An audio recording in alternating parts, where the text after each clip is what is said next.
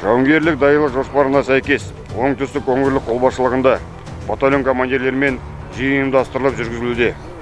Жиынның мақсаты командалық құрамның кәсіби даярлығын арттыру, заманауи ұрыс іс-қимылдарын жүргізу тәсілдері мен нысандарын жетілдіру және кез келген жағдайға дайындықты қамтамасыз ету болып табылады.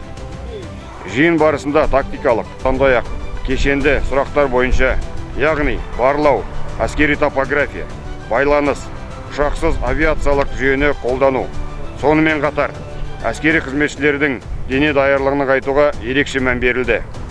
Бұл жаттығулар жауынгерлік ұрыс іс-қимылдарын жүргізу әдістерін меңгеру, әскери қызметшілер арасындағы ынтымақтастықты нығайту үшін қажет. Жиын барысындағы алған білімдер еліміздің қауіпсіздігін қамтамасыз ету үшін маңызды.